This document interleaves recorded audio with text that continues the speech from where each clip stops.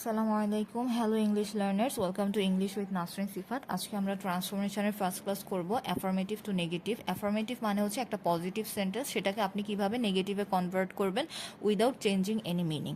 ওকে, so আমাদের সেন্টেন্সে যখন অনলি থাকবে তখন আমরা নেগেটিভ করতে গেলে নান বাট বসাবো ইন কেস অফ ব্যক্তি অথবা সত্তা হলে, নাথিং বাট বসাবো ইন কেস অফ বস্তু হলে, নট মোর দেন বসাবো ইন কেস অফ সংখ্যা হলে। সো আমরা দেখি এক্সাম্পল দেখি। অনলি আল্লাহ ক্যান হেল্প আস, শুধুমাত্র আল্লাহ আমাদেরকে সাহায্য করতে পারে। সো আল্লাহ উনি কে? উনি হচ্ছেন একজন সত্তা। তাহলে আমরা কি জানি? সত্তা হলে নান বাট বসাবো, তাই না?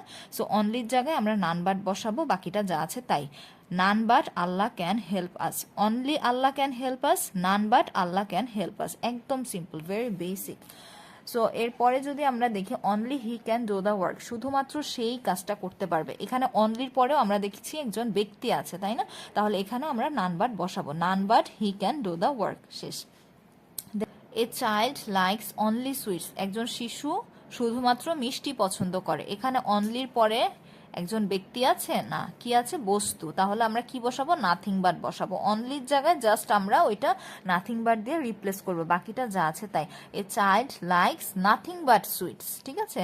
হি ইজ অনলি 10, তার মাত্র 10 বছর। এখানে অনলির পরে কি আছে? সংখ্যা। তাহলে এখানে নট মোর দেন বসাবো, হি ইজ নট মোর দেন 10, ঠিক আছে। তাহলে আমি যদি পুরো রুলটা একবার রিভিউ করি, সেটা হচ্ছে যে অনলির পরে যদি কোনো ব্যক্তি থাকে তাহলে নান বাট, যদি বস্তু থাকে তাহলে নাথিং বাট, আর যদি সংখ্যা থাকে তাহলে কি হবে? নট মোর দেন হবে। Okay, only Allah can help us, none but Allah can help us. Only he can do the work, none but he can do the work.